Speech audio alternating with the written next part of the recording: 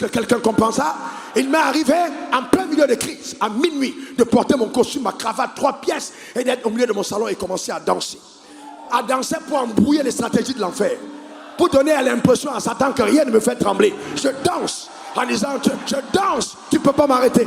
Ça s'appelle richesse mentale, mentalement fort. Il faut être fort. Ce n'est pas la génération des croyants que nous avons. Dès qu'il y a une petite crise, il dit, je déchire ma Bible. Jamais. Jamais de la vie. Souvent, tu vas aller à la fosse, dans la fosse au lion, dans la fournaise de feu. Mais dans tous les cas, tu sortiras vainqueur. Si tu as besoin de témoignages, si tu as besoin que Dieu fasse de ta vie une vie de référence, tu dois avoir le courage et l'audace d'affronter les épreuves de la vie. Ça, c'est mental. Mentalement fort.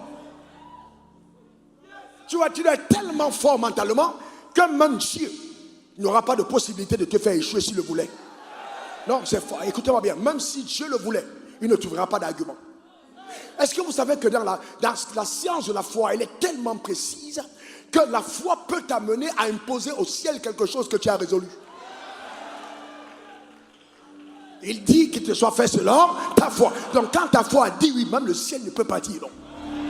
La foi est une obligation qu'on place devant le ciel d'agir sur les résolutions que nous avons prises sur la terre, basées sur sa volonté. C'est une raison. Voyez-vous?